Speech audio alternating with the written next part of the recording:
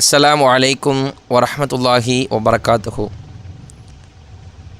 அல்ஹம்துலில்லாஹ் நஹ்மதுஹு வ நஸ்தஈனுஹு வ நஸ்தக்ஃபிருஹு வ நஊது பில்லாஹி மின் ஷுரூரி அன்ஃபுஸினா வ மின் ஸய்யிஆத்தி அஅமாலினா. மை யஹ்திஹில்லாஹு ஃபலா முதில்ல லஹு வ மை யுத்லில்ஹு ஃபலா ஹாதிய லஹு. அஷ்ஹது அன் லா இலாஹா இல்லல்லாஹு வ அஷ்ஹது அன்ன முஹம்மதன் அப்துஹு வ ரசூலுஹு. அம்மா பஅத். ரப்பி இஷ்ரஹ் லி ஸத்ரி வ யஸ்ஸிர் லி அம்ரி வஹ்லுல் உக்தத மின் லிசானி யஃப்கஹு கௌலி. அளவற்ற அருளாளனும் நிகரில்லா பேர் அன்புடையனுமாகிய எல்லாமல்ல அல்லாஹுவின் திருப்பெயரால் வல்ல நாயகனின் சாந்தியும் சமாதானமும் நபிகள் நாயகம் ஸல்லல்லாஹு அலைஹி வஸல்லம் அவர்கள் மீதும் புனிதமிக்க ரமலானில் இந்த சொற்பொழிவை கேட்கிற நம்மவர்கள் அனைவர் மீதும் உண்டாகட்டுமாக. அன்பார்ந்த சகோதர சகோதரிகளே, தாய்மார்களே, சென்ற தொடரில் உஹது போர்க்களத்தினுடைய போர் நிலை என்ன, அந்த உஹது என்ற பெயர் வருவதற்கான காரணங்கள் என்னென்ன என்பதனை பார்த்தோம்.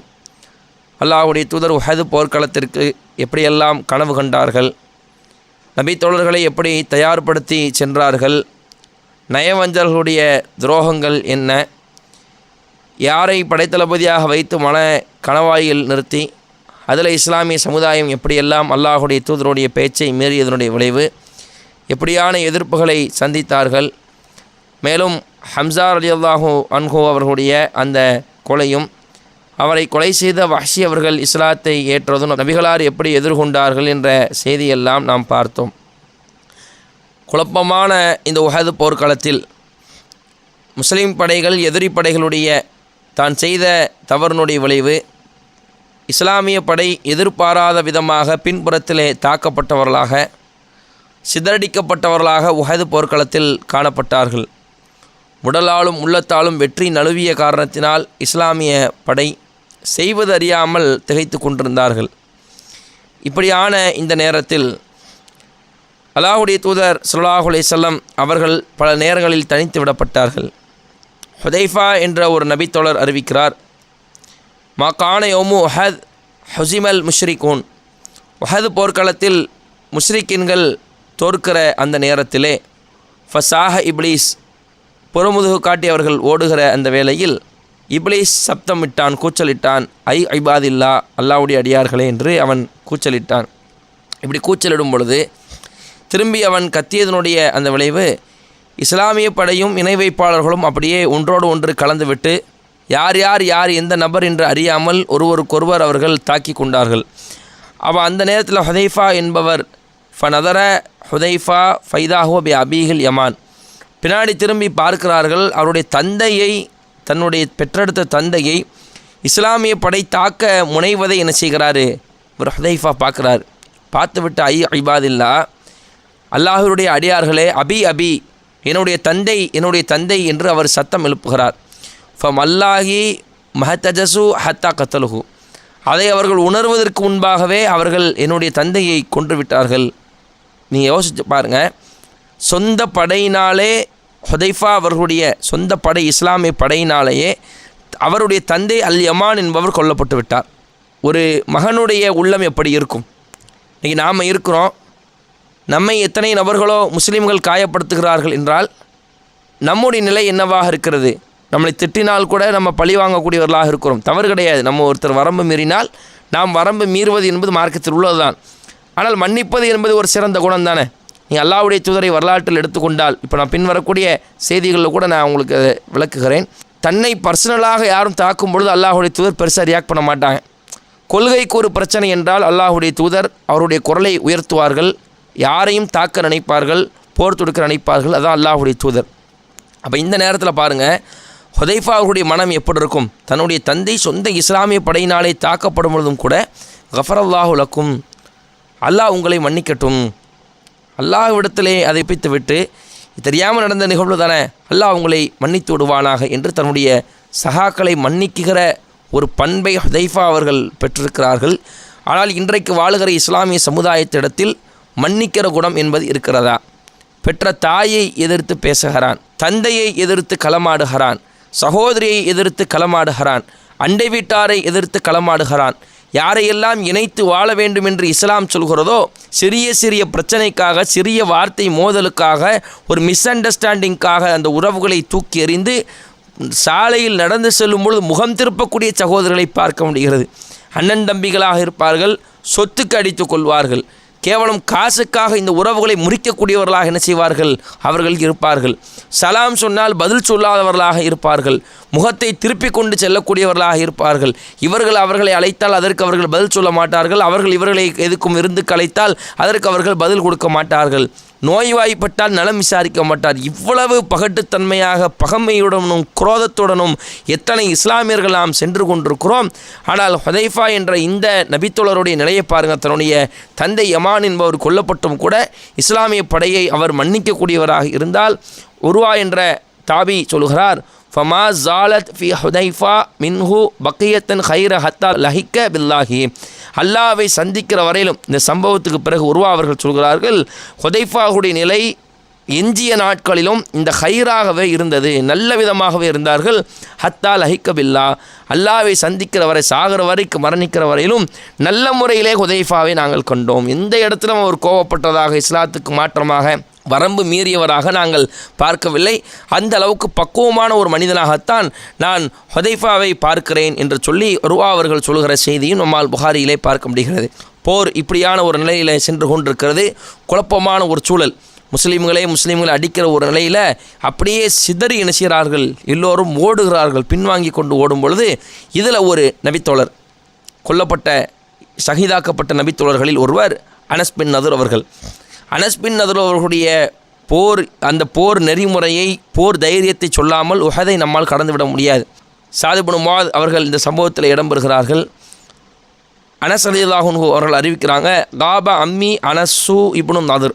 அனஸ் இப்னு நதுர் என்ற என்னுடைய சாச்சா என்னுடைய வாப்பாவுடைய சகோதரர் பத்ர் போர்கள் தான், கித்தாலி பத்ர் போர்க்களத்தில் அவர் பங்கு கொள்ளவில்லை. பங்கு கொள்ளாமல் அவர் ரசூலாட்ட அவர் பேசுகிறார், யார் ரசூல் அல்லா, அல்லாஹுடைய தூதரே, கிப்து அன் அவ்வளி கித்தாலி, முதல் போரான பத்ர் போர்க்களத்தில் என்னால் பங்கு பெறவிடவில்லை. காத்தல்தல் முஷ்ரிக்கீன், அப்படி நான் பங்கு பெற்றிருந்தால் நீங்கள் முஷ்ரிக்கீன்கிட்ட பங்கு பெற்றியல, அந்த முதல் போர்க்களத்தில் என்னால் பங்கு பெற முடியலை. ல இனில்லாஹூ அஷ்ஹதனி கித்தாலல் முஷ்ரிக்கீன ல எரியன்னல்லாஹூ மா அஸ்ன, நான் மட்டும் அதில் பங்கு பெற்றிருந்தால் நான் என்ன களமாடி இருப்பேன் என்பதை நீங்கள் பார்த்திருப்பீர்கள். அல்லாஹ் எனக்கு அந்த வாய்ப்பை கொடுக்கல.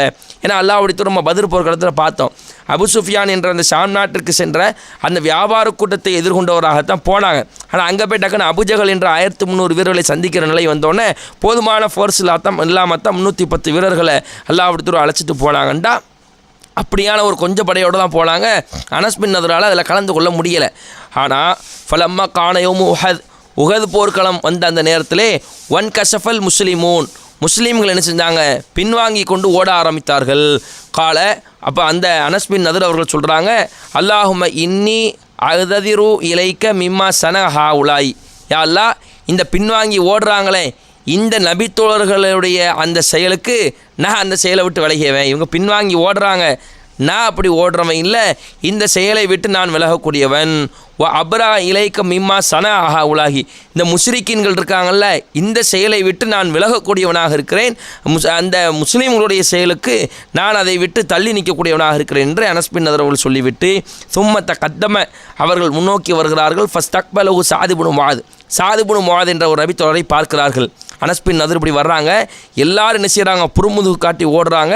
சாத் இப்னு முஆத் என்ன செய்கிறாங்க? ஓடிக்கொண்டு முஷ்ரிக்கீன்களுடைய அடியை தாக்கு பிடிக்க முடியாமல், நல்லா நீங்கள் கவனித்து யோசிச்சு பார்க்கணும், அனஸ் பின் நதுர் இப்படி எதிர்கொண்டு வர்றாங்க. அங்கேருந்து முஷ்ரிக்கீன்களுடைய அடிகள் தாங்க முடியாமல் சாத் இப்னு முஆத் இப்படி வர்றாங்க, ரிவர்ஸ் வர்றாங்க. அப்போ காலையா சாத் இப்னு முஆத் அல் ஜன்னா, அவங்க சொல்கிறாங்க, சாத் இப்னு முஆதே சுவனம் இருக்கிறது. ஒரு ரப்பின் நதுர் இன்னி அஜீது ரீஹா மின் தூனி உஹத், இந்த உஹது மலையினுடைய அடிவாரத்திலிருந்து நான் சுவனத்தினுடைய வாடையை அல்லாஹ் மீது ஆணையாக நான் உணர்கிறேன் அப்படின்னு சொல்கிறாருன்னா, சொர்க்கத்தினுடைய வாடை வருதுன்னு அர்த்தம் இல்லை. அங்கே போய் அங்கே இருக்கிற அந்த இரத்த வாடை நான் செத்து அங்கே கொல்லப்பட்டால் எனக்கு சுவனம் கிடைக்கிறது, சுவனத்தினுடைய அந்த ஜுவாலை எனக்கு தெரிகிறது, சுவனத்தினுடைய அந்த நிழல் எனக்கு தெரிகிறது, இங்கு போய் செத்தால் சுவனம் என்பது எனக்கு கன்ஃபார்மாக தெரிகிறது என்பதை அவர் அந்த இடத்துல சொல்லிவிடுகிறார். சொல்லிவிட்டு அனஸ் பின் நதுர் போர்க்களத்திலே களமிறங்குகிறார். எதிரிகளை வெட்டி வீழ்த்துகிறார். எதிரியால் இவரும் வெட்டி வீழ்த்தப்படுகிறார். கால சாத் அவர்கள் அல்லாஹ்வுடைய தூதர் ஸல்லல்லாஹு அலைஹி வஸல்லம் அவங்கள்ட்ட போகிறாங்க. அல்லாஹ்வுடைய தூதர், நாங்கள்லாம் ஓடணும். இந்த அனஸ் பின் நதர் என்பவர் போனார் பாருங்க போர்க்களத்துக்கு. ஃபமஸ்தத்தஅது யா ரசூலுல்லாஹ் மா ஸனஅ, அவர் எப்படி போர் செய்தார் என்பதை என்னால் அதை வர்ணிக்க முடியல. ஃபமஸ்தத்தஅது, எனக்கு சக்தி இல்லை. அவர் செய்த போரை என் வார்த்தைகளால் பொறிக்க முடியாத செய்தி என்பார்களே, அந்த மாதிரி அவருடைய போர் இருந்தது அல்லாஹ்வுடைய தூதரே. கால அனஸ் அவங்க சொல்கிறாங்க, ஓ வஜதனா பிஹி பிதுஊன வ ஸமானீன லர்பத்தன் பி சைஃபி அவு தஅனத்தன் பி ரும்ஹி அவு ரம்யத்தன் பி சஹ்மி, அவருடைய உடலிலே நாங்கள் 80க்கும் அதிகமான காயங்களை, அம்புகளால் துளைக்கப்பட்ட, ஈட்டிகளால் குத்தப்பட்ட, வாள்களால் வெட்டப்பட்ட நாங்கள் 80க்கும் அதிகமான காயங்களை பார்த்தோம். ஓ வஜதனாஹு கத் குத்தில, கொல்லப்பட்டவராக, இறைப்பாதையிலே ஷஹீதாக்கப்பட்டவராக நாங்கள் அவரை போர்க்களத்தில் பெற்றுக்கொண்டோம். எந்த அளவுக்கு தெரியுமா? அனஸ் பின் நதர் என்பவர் இவர்தான் என்பது கூட எங்களால் அடையாளம் காண முடியலை. அந்த அளவிற்கு உடலெல்லாம் சிதைந்து 80 காயம் ஒரு உடம்புல இருந்துச்சுன்னா எப்படி இருக்கும்? இங்கே ஒரு காயம், இங்கே ஒரு காயம், முகத்தில் ஒரு 10 காயம் இருந்தாலும் முகத்தை பார்க்க முடியாது. வாட்களால் வெட்டப்பட்டு, அம்புகளால் குத்தப்பட்ட காயனை யோசிச்சு பாருங்களேன். ஒரு அம்பு இவ்வளோ தூரம் இருக்குன்னா அது குத்துச்சுன்னா முகத்தை எவ்வளோ பஞ்சர் ஆக்கிறோம், அது எந்த அளவுக்கு ரத்தத்தை அது பீறிட்டு வர வைக்கும். 80 காயம்னா ஆளே தெரியாமல் உருகுலைஞ்சு கிடக்கிறார். அனஸ் பின் நதருடைய சகோதரி வந்து அவருடைய சுண்டு விரலில் மோதிரம் இருக்கு பாருங்க, அதை பார்த்து இதனுடைய சகோதரனை என்று சொல்கிற வரைக்கும் இவர் தான் அனஸ் பின் நதர் எங்களுக்கு தெரியலை. ஆனால் அந்த அளவுக்கு உஹதினுடைய இந்த அடிவாரத்தில் சொர்க்கத்தினுடைய வாடையை நான் நுகர காத்திருக்கிறேன் என்று சொல்லிவிட்டு சென்ற அனஸ் பின் நதர் உண்மையிலே அல்லாஹ்வுடைய பாதையிலே கொல்லப்பட்டார். இவர் சம்பந்தமாக திருமறை குர்ஆனில் 33வது அத்தியாயத்தில் 23வது வசனம் வருகிறது. மினல் முஃமினீன ரிஜாலுன், முஃமின்களிலே சில மனிதர்கள் இருக்கிறார்கள், சதக்கும் ஆஹதுல்லாஹு, அல்லாஹ்விற்காக எதை வாக்குறுதியாக கொடுத்தார்களோ அதை அவர்கள் பின் செய்யக்கூடியவர்களாக, நிறைவேற்றக்கூடியவர்களாக இருக்கிறார்கள் என்று இவர்கள் தொடர்பாக 33வது அத்தியாயத்தில் 23வது வசனத்தில் அல்லாஹ் ரப்பில் ஆலமீன் இவர்கள் சம்பந்தமாக இறக்கிறார்கள் என்றால், அன்பு சகோதர சகோதரிகளே, ஒரு கணம் சிந்தித்து பாருங்கள்.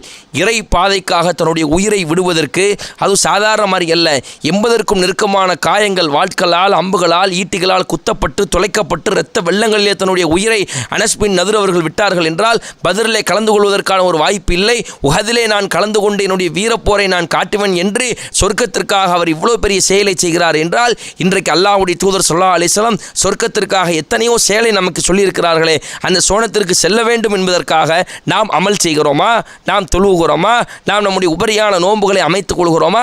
நம்முடைய உடலை வருத்தி இறை பாதைக்காக நம்ம என்ன செய்திருக்கிறோம் என்பதை பாருங்கள். ஒரு பயா நிகழ்ச்சிக்கு நேரம் செலவழித்து நாம் அமர்கிறோமா? அன்பு சகோதர சகோதரிகளே, நம்முடைய தியாகத்தையும் அனஸ் பின் நதருடைய தியாகத்தையும் பாருங்கள். உஹது போர் என்ற இந்த உஹது மலையை விட அவர்கள் நமக்கு மேலானவர்களாக இருக்கிறார்கள் என்பது இந்த வரலாற்றிலிருந்து நமக்கு தெரிய வருகிறது. அடுத்து பார்த்தீங்கன்னா, இந்த போர்க்காலத்தில் குழப்பத்தினுடைய விளைவு அல்லாஹ்வுடைய தூதர் ஸல்லல்லாஹு அலைஹி வஸல்லம் அவர்களுக்கும் காயம் ஏற்படுகிறது. அல்லாஹ்வுடைய தூதர் ஸல்லல்லாஹு அலைஹி வஸல்லம் அவங்களுக்கு மிகப்பெரிய ஒரு காயம், பல்லு உடைக்கப்பட்டு, நபிகளாருடைய இரும்பு கவசம் இருக்குது பாருங்கள், கவசத்தோடு தலையோடு சேர்த்து வைத்து கவசம் உடைக்கப்பட்டிருக்கிறது. அப்போ எந்த அளவுக்கு அல்லாஹ்வுடைய தூதருக்கு தலையிலும் முகத்திலும் காயம் இருக்கும். இந்த கவசத்தை போட்டிருக்கிறாங்க, அந்த கவசத்தில் வச்சு அடித்த அடி கவசம் உடைந்திருக்கிறது.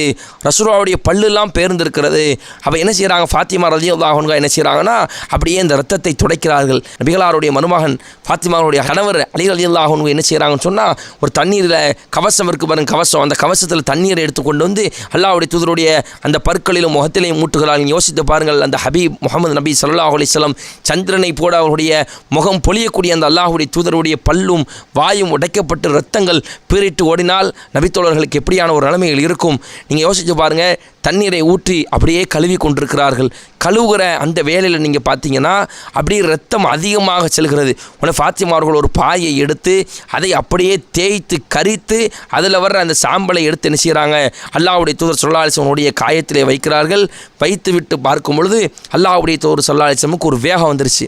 அல்லாஹ்வுடைய தூதர் ஒரு வார்த்தை விடுறாங்க, அல்லாஹ்வுடைய நபியை காயப்படுத்தி ரத்தம் சிந்த வைத்து விட்டு, ஒரு நபியை பூமியில் ரத்தம் சிந்த வைத்து விட்டு நீங்கள் வெற்றி பெற்று விடுவீர்களா என்று அல்லாஹ்வுடைய தூதர் ஒரு அவுட்புட்டை வெளியிடுறாங்க.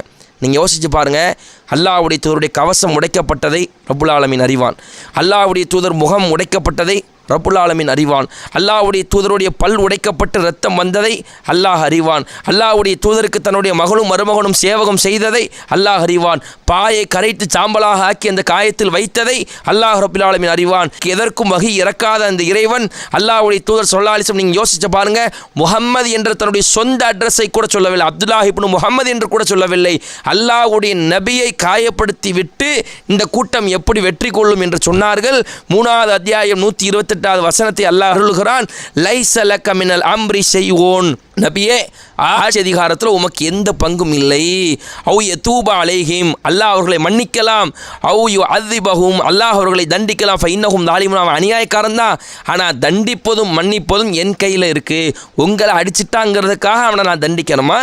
உங்களை அடித்து விட்டான் என்பதற்காக அவர்களுக்கு நான் தோல்வியை கொடுக்கணுமா? வெற்றி தோல்வி யார்கிட்ட இருக்குது? வெற்றி தோல்வி என்பது என் கையில் இருக்கிறது. நீங்கள் யோசிச்சு பாருங்கள், தன்னுடைய அந்த சின்ன நிலையை கூட அல்லாஹ் கடுகளவு கூட யார்ட்டை விட்டு கொடுக்க மாட்டான். தூதராக இருந்தாலும், தான் தேர்ந்தெடுத்த தூதராக இருந்தாலும் கூட அல்லாஹ் ரப்பல் ஆலமீன் என்ன செய்கிறான்? அவர்களுக்கு அந்த இடத்துல அனுமதி கொடுக்கல.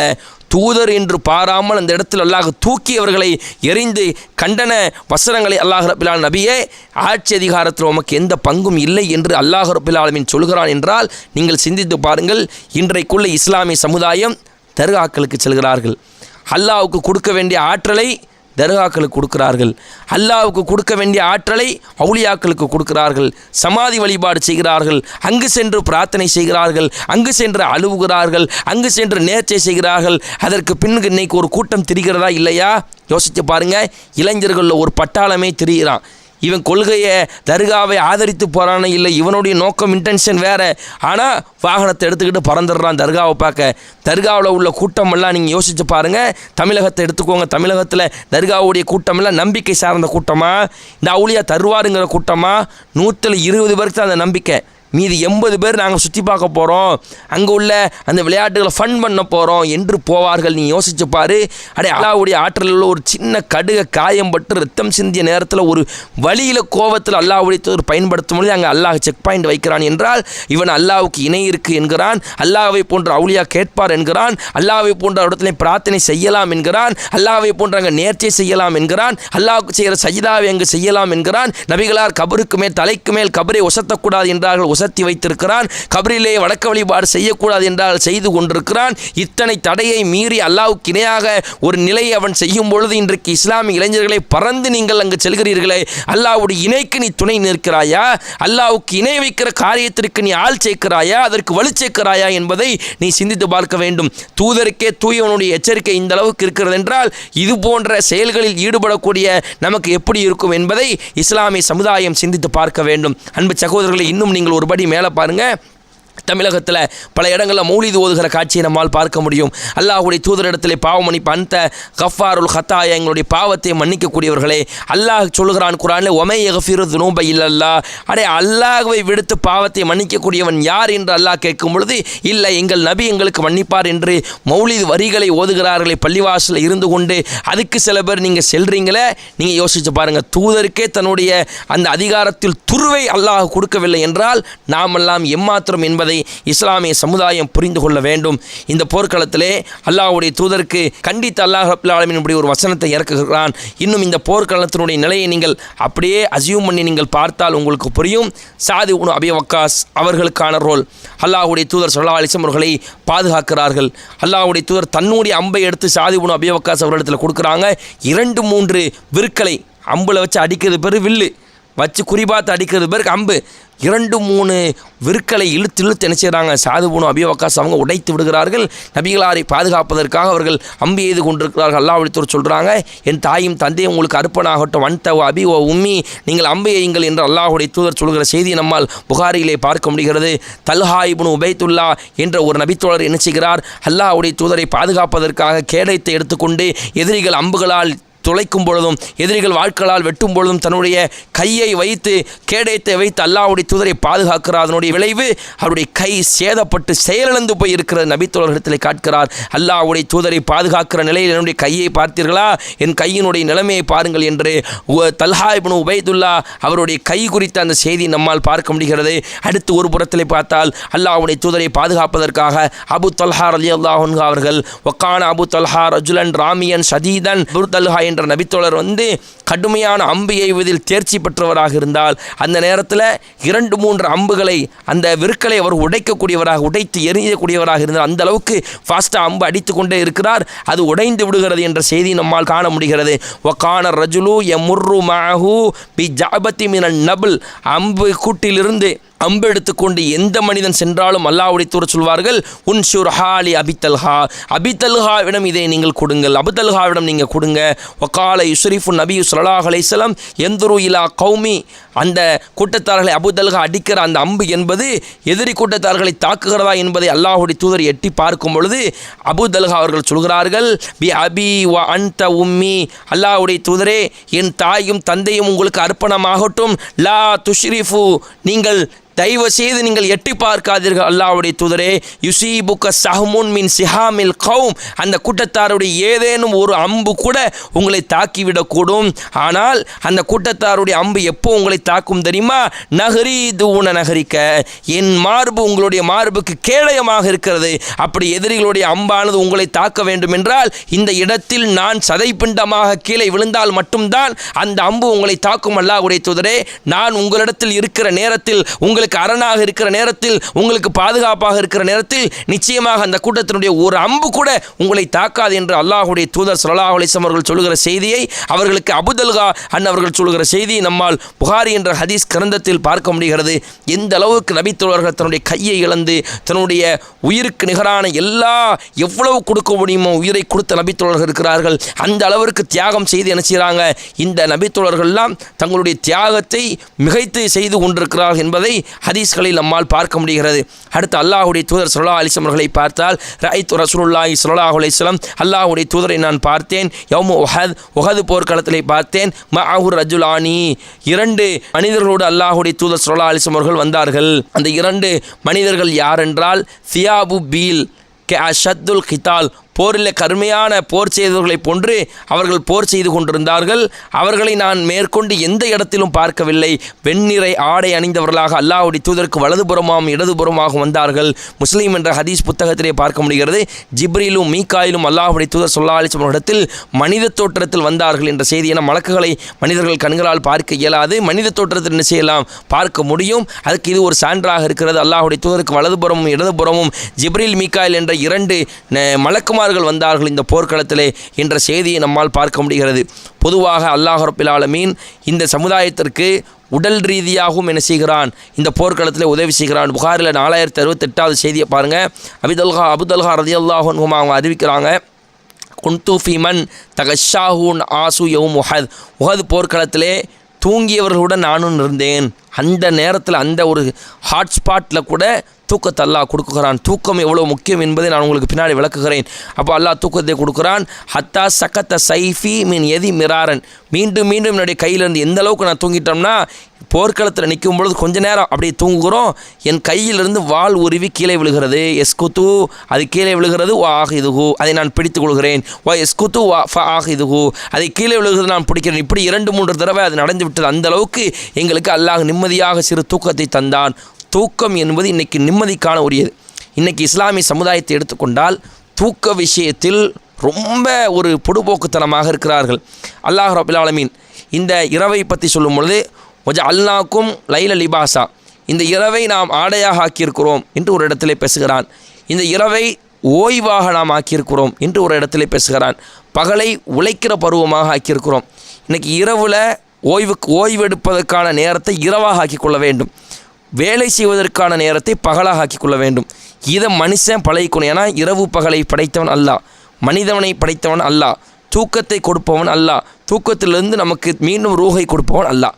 அப்போ அந்த படைத்தவன் சொல்கிறான், இரவில் தான் உங்களுக்கு ஓய்வு இருக்கிறது, நீ பகலில் படுக்கலாம், நீ பகலில் தூங்கலாம், பகலில் கொரட்டை விடலாம், எவ்வளோ நேரம் தூங்கலாம், பிரச்சனை இல்லை. ஆனால் உனக்கு நீ படுத்தது மனசுக்கு ஓகே. உடலுக்கு ஓய்வுங்கிறது யாருக்கு? மனசுக்கு ஓய்வு மட்டும் கிடையாது, உன்னுடைய உறுப்புகளுக்கு ஓய்வு. நீங்கள் நல்லா யோசிச்சு பாருங்களேன். கை கால் ஏதாவது வேலை செஞ்சால் வலிக்கும். நல்லா தூங்கணும்னு வைங்க, ஒரு 6-7 மணி நேரம் தன்னுடைய பாடியே தன்னுடைய உடலை ரெக்கவர் பண்ணிடும். அல்ல அப்படித்தான் அந்த உடலை வச்சுருக்கிறான்.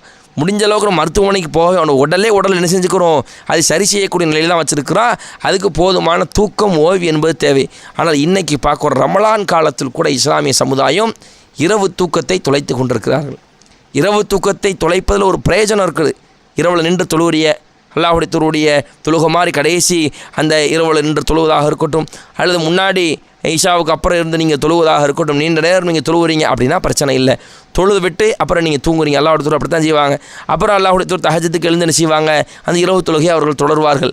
இப்படி அல்லாஹ்வுடைய தூதருடைய தொழுகை இருந்திருக்கிறது. இன்றைக்கி பாருங்கள், தொழுவுறான், தொழுதுட்டு இரவு முழுக்க பேசுவது, அங்கங்கே பசங்க உட்காந்து விளையாடுவது, அங்கங்கே உட்காந்து அரட்டடிக்கிறது, செல்ஃபோனில் உட்காந்து ஏதாவது பார்க்குறது, செல்ஃபோனில் உட்காந்து சினிமா படங்களை ரீல்ஸை பார்க்குறது, அல்லது எதுவாக இருந்தால் நீங்கள் யோசிச்சு பாருங்களேன்.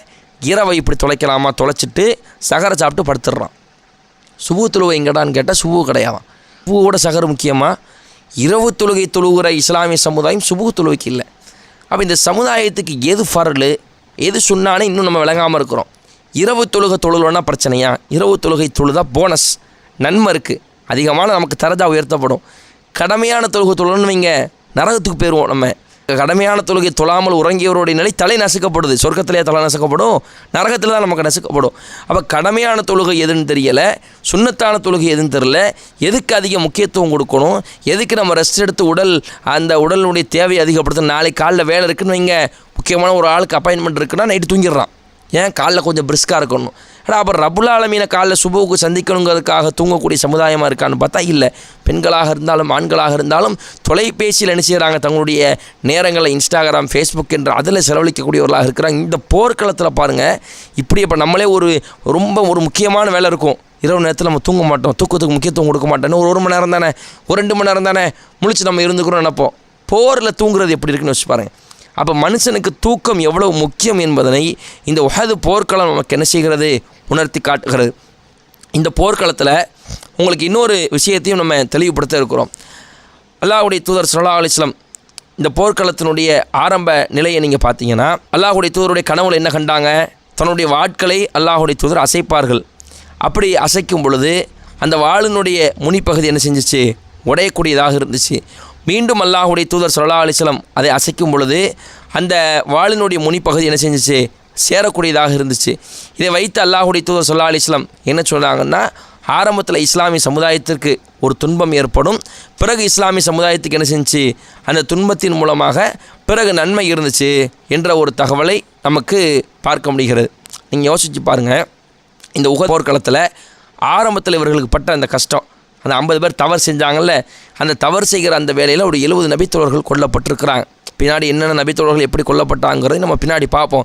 ஆனால் இப்படியான இந்த நேரத்தில் இப்படி அல்லாஹ்வுடைய தூதர் ஸல்லல்லாஹு அலைஹி வஸல்லம் அவர்கள் அப்படி சிதறுண்டு போய் எல்லாருக்கும் ரசூலுல்லாஹ் காயப்படுத்தப்பட்டிருக்கும் பொழுது இஸ்லாமியர்கள் மன ரீதியாக தளர்ந்து விட்டார்கள்.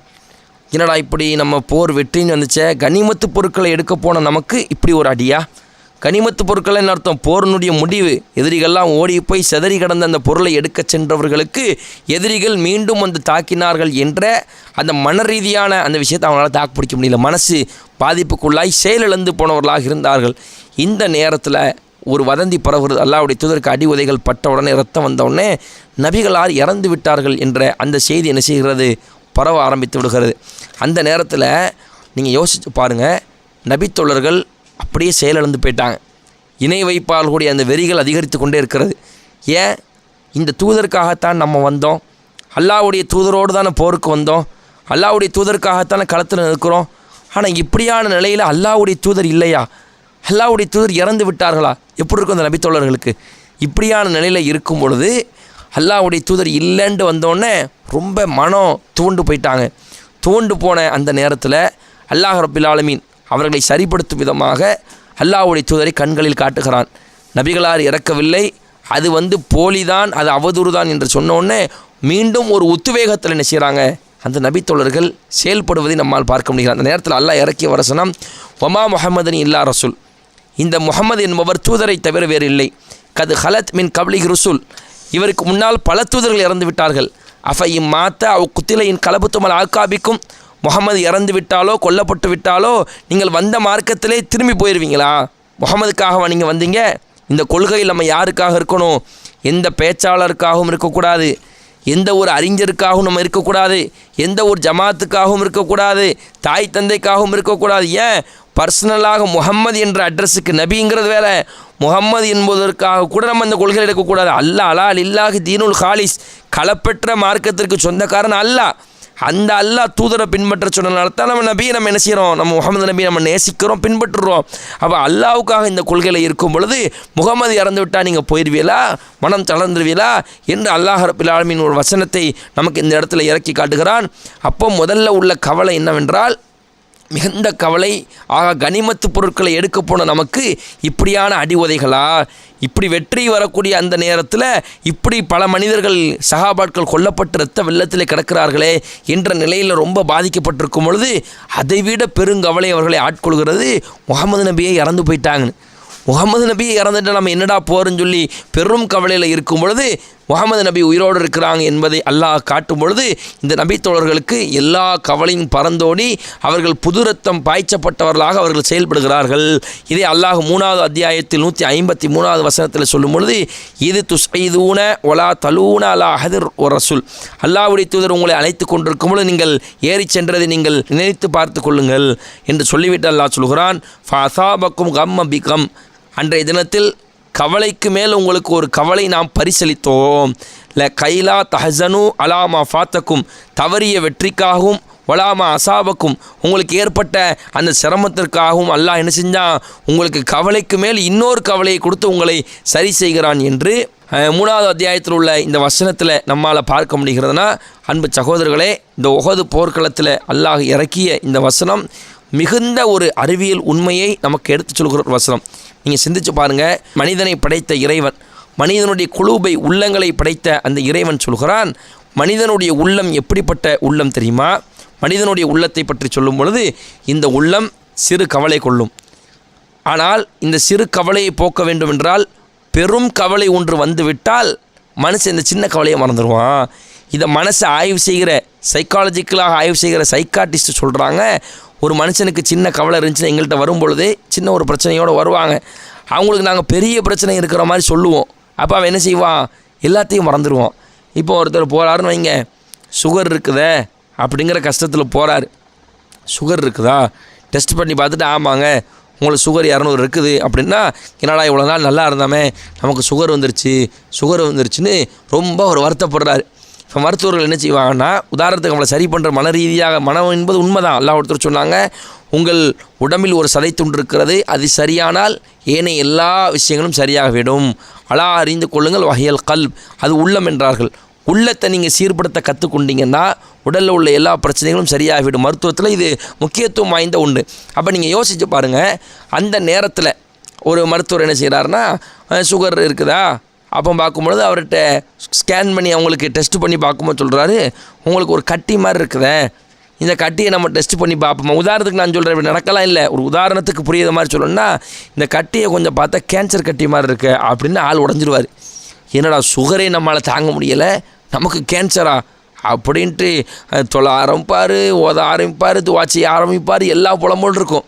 அப்போ இந்த டாக்டர் ஸ்கேன் பண்ணி பார்த்துட்டு அது ஒன்றும் இல்லை, கேன்சர் கட்டி மாதிரி இருந்துச்சு, ஸ்கேன் பண்ணி பார்த்தா ஒன்றும் இல்லாமல் போயிடுச்சுன்னு சொன்னார்னு வைங்களேன். இவர் என்ன நினைப்பார்? அப்பாடா நல்ல வேலை நமக்கு இல்லாமல் போச்சு, இந்த தலைக்கு வந்து தலைப்பாவோட போச்சும்பாங்களே, நல்ல வேலை சுகரோட போச்சு, இதுலேருந்து நம்ம தப்பிச்சிட்டோமேன்னு சொல்லி முதல்ல நீங்கள் எதை வருத்தப்பட்டீங்க? சுகர் வந்ததுக்கு வருத்தப்பட்டீங்க. இப்போ சந்தோஷம், அதே சுகர் தான் இருக்குது, சந்தோஷமாக இருக்கிறார். ஏன்? சின்ன கவலைக்கு பகரமாக பெரிய கவலையை கொடுத்து அந்த பெரிய கவலையை போக்கிட்டு, அதனால தான் சொல்கிறா, இந்த கவலையை உங்களுக்கு நாம் பரிசாக கொடுத்தோம். தூதர் இறந்து விட்டாருங்கிற இந்த செய்தி, தூதர் உயிரோடு நேசிக்கிறாங்கல்ல, அது உங்களுக்கு பரிசாக கொடுத்ததனுடைய விளைவு. தூதரை பார்த்தோன்னே எல்லா கவலையும் ஓடி போயிடுச்சு. இப்போ ஒருத்தர் வராரு, ஒரு 500 ரூபா அர்ஜென்ட்டாக ஒருத்தவங்களுக்கு கொடுக்கணும்னு வைங்களேன். 500 ரூபா இல்லை, கடன்காரர் கேட்டுக்கு நிற்கிறாருன்னு வைங்க. ஒரு ஃபோன் வருது அங்கேருந்து. என்ன ஃபோனு? இந்த மாதிரி உங்கள் வாப்பா என்ன செஞ்சாங்க, உட்காந்துக்கிட்டு இருந்தவங்க டக்குன்னு நெஞ்ச பிடிக்க ஆரம்பிச்சிட்டாங்க அப்படின்னோடனே இவர் பதறி அடிப்பார். இப்போ கடனாளி ஒரு 500 ரூபா நிற்பார், அந்த வருத்தத்தை மறந்துடுவார். என்னது வாப்பாவுக்கு இப்படி ஒரு பிரச்சனையான்னு கடனாளி அனுப்பிச்சி விட்ருவார். திருப்பி ஒரு 5 நிமிஷத்தில் ஃபோன் வரும், இல்லை ஒன்றும் பிரச்சனை இல்லை, உங்கள் வாப்பா காலைல உருளைக்கிழங்கு அதிகமாக சாப்பிட்டாராம், வாயுனால இந்த பிரச்சனையை வெள்ளை போட்டு கொடுத்தோம், கல்லாடுகிற விட சரியாயிருச்சுருந்தாங்கன்னா இப்போ அந்த பிரச்சனை அவருக்கு போயிடும். கடன்காரர் வந்து திட்டினது, கடன்காரர் வந்து கடனை கேட்டது, கொஞ்சம் ரப்சர் பண்ணது, இதை மறந்துடுவார். அந்த கவலையில் இருந்தவர் பாப்பா உயிர் பிரச்சனைன்ட்டு வந்தோடனே அங்கே போயிடுச்சு. மனசு தாவக்கூடியது தானே. அங்கே போனவுடனே அது சரியான உடனே பழைய கவலையை மறந்து விட்டார். அப்போ சிறிய கவலை தீர்வதற்கு பெரும் கவலை என்ன செய்து தீர்வாக இருக்கிறது என்பதை இந்த சூரத்தில் ஆலம்புரானில் இந்த உஹது போர்க்களத்தை குறித்து அல்லாஹ் ரப்பில் ஆலமீன் சொல்கிறான் என்றால், இந்த போரிலே, புனித போர்களிலே அவ்வளவு படிப்பினைகளை, மனிதனுடைய உள்ளத்தை எப்படி பக்குவப்படுத்தணும். அப்போ இந்த உலகத்தில் பார்க்குறோம், பல பேருக்கு கடன் இருக்கிறது, பல பேருக்கு வியாபாரத்தில் நஷ்டம் இருக்கிறது, பல பேர் நோய் நொடியில் இருக்கிறீங்க. இதை 2 விதமாக நீங்கள் எதிர்கொள்ளலாம். கடன் இருக்குதா, மற்றவங்களுக்குலாம் பாருங்கள் சாப்பிட வழி இல்லாமல் இருக்கிறாங்க. முதல்ல கடன் ஏன் வாங்கணுங்கிறத நம்ம போன தொடரில் விளக்கியிருக்கிறோம், எதுக்கு கடன் வாங்கணும் வாங்கக்கூடாது என்பது. அது அல்லாமல் உங்களுக்கு அத்தியாவசிய கடன் கூட இருந்தாலும் கூட நீங்கள் யோசித்து பார்க்கணும்.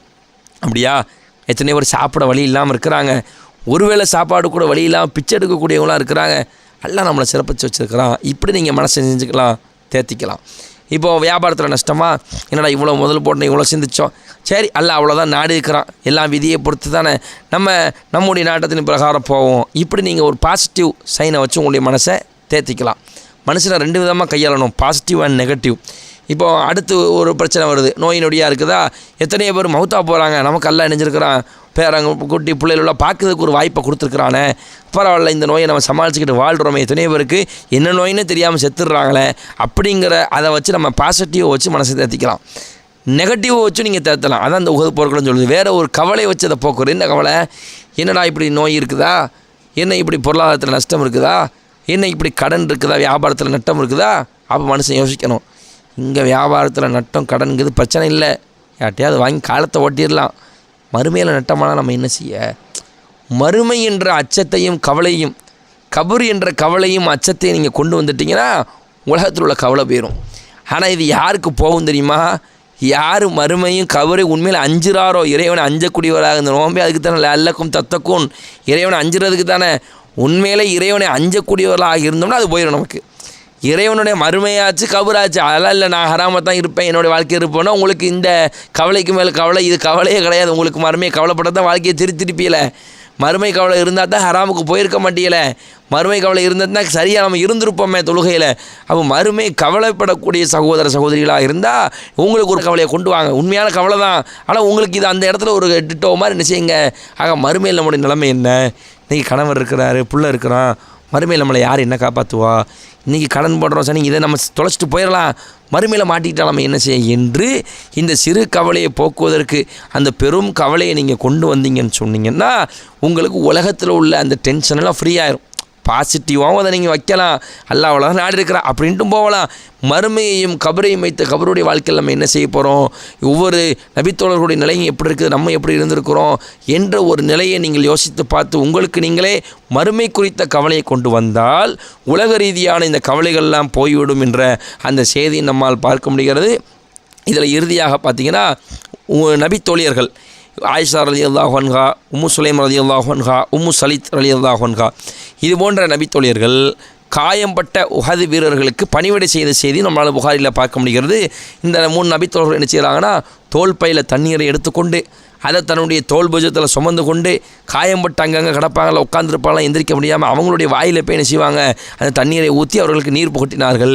மீண்டும் சென்று என்ன செய்கிறாங்க, தண்ணீரை நிரப்பி கொண்டு வந்து சுமந்து கொண்டு வந்து மீண்டும் தண்ணி கொடுத்தாங்க. இப்படியே பல முறை என்ன செஞ்சாங்க, இந்த உம்மு சலித் அவர்களும் ஆயிஷா அவர்களும் உம்மு சுலைம் ரலியல்லாஹு அன்ஹும் என்ற இந்த எல்லா நபித்தோழியர்களும் என்ன செஞ்சாங்க, இப்படி காயம்பட்ட வீரர்களுக்கு அவர்கள் ஒரு ஆணாக இருந்தாலும் கூட இந்த மருத்துவ சேவைக்காகலாம் நம்ம ஒரு பெண் ஆணுக்கு ட்ரீட்மெண்ட் பார்க்கலாம் என்பதை இதை வச்சு ஆதாரமாக சொல்லுவாங்க. அப்போது அவங்க பாதிக்கப்பட்டிருக்கிற அந்த நிலையில் பெண்ணு தான் அவங்க இருந்தாலும் கூட அந்த நேரத்தில் தண்ணீர் புகட்டுகிற அந்த ஒரு சேவகத்தை, மார்க்க சேவகத்தை அணிஞ்சிருக்கிறாங்க. ஆண்களோடு போர்க்களத்துக்கு வந்து போர் தான் அவர்களுக்கு தடையை ஒழிய அவர்களுக்கு இம்மாதிரியான விஷயங்கள் நீங்கள் போராட்டத்துக்கு ஆர்ப்பாட்டத்துக்கெல்லாம் நீங்கள் ஆதாரம் கேட்குறாங்களே, பெண்கள் அப்படி கூட்டு வரலாமான்னு.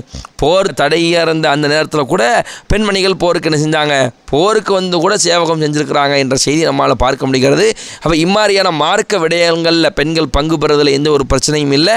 இந்த 3 நபித்தோழியர்களும் இப்படி பங்கு பெற்றிருக்கிறார்கள் என்ற இந்த மேலதிக தகவலும் நமக்கு என்ன செய்கிறது, இந்த உஹது போர்க்களத்திலிருந்து கிடைக்கப்பெறுகிறது.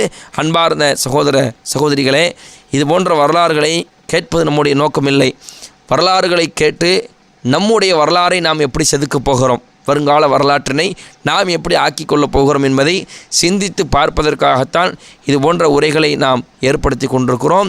நீங்கள் ரமலானுடைய காலத்தில் இதை கேட்கிற வேளையில் அந்த உஹது போர்க்களம் என்றால், பத்ர் போர்க்களம் என்றால் ஒவ்வொரு நபித்தோழர்களையும் உங்களுடைய கண்களுக்கு முன்னால் நீங்கள் கொண்டு வந்து பாருங்கள்.